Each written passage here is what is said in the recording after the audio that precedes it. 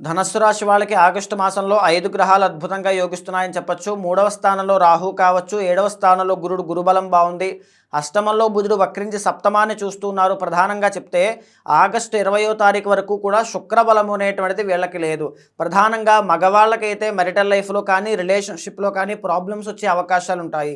ఆడవాళ్ళకైతే women related problems, health issues అనేటువంటివి వచ్చే అవకాశాలు ఆగస్టు 20వ తారీఖు వరకు ఉంటాయి. ఆ విషయాల్లో చాలా కేర్‌ఫుల్‌గా ఉండండి. ప్రధానంగా 4వ స్థానంలో శని వక్రించడం మూలాన ఆ శని అనేటువంటి ఆయన కాస్త మీకు మంచే చేస్తున్నారు. మీ స్కిల్ డెవలప్ అవ్వడానికి, కష్టపడేటువంటి తత్వాన్ని, ఇండిపెండెంట్‌గా, ఇండివిడ్యువల్‌గా ఎదగడానికి కావాల్సిన పొటెన్షియల్‌ని ఈ మాసంలో మీకు అందజేస్తారు అని చెప్పొచ్చు. రవి బలము అనేటువంటిది ఈ మాసంలో మీకు లేదు కాబట్టి సమయానికి భోజనం చేయండి. అలా చేయలేకపోవడం వల్ల డైజెస్టివ్ ప్రాబ్లమ్స్ కానీ, ఐబీఎస్ కానీ, ఇంటెస్టైన్ ప్రాబ్లమ్స్ కానీ, అల్సర్స్ కానీ వచ్చే అవకాశాలు ఎక్కువగా ఉంటాయి. డైజెస్టివ్ ప్రాబ్లమ్స్ విషయంలో కాస్త కేర్‌ఫుల్‌గా ఉండండి. రాబడి, ఫ్లో ఆఫ్ మనీ విషయంలో కాస్త కేర్‌ఫుల్‌గా ఉండాలి. ఆదాయం తగ్గే అవకాశాలు ఎక్కువగా కనబడుతున్నాయి.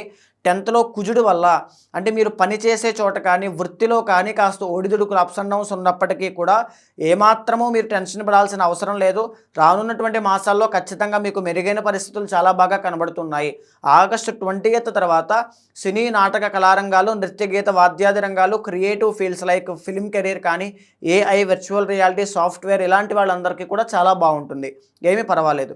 పర్సనల్ చార్ట్ చూసుకుని ముందుకు వెళ్ళండి. తర్వాత రవి బలం పెరగడానికి గోధుమలు ఆదివారం నాడు కేజింపావు దానంగా ఇచ్చినట్లయితే రవి బలం చాలా బాగా పెరుగుతుంది.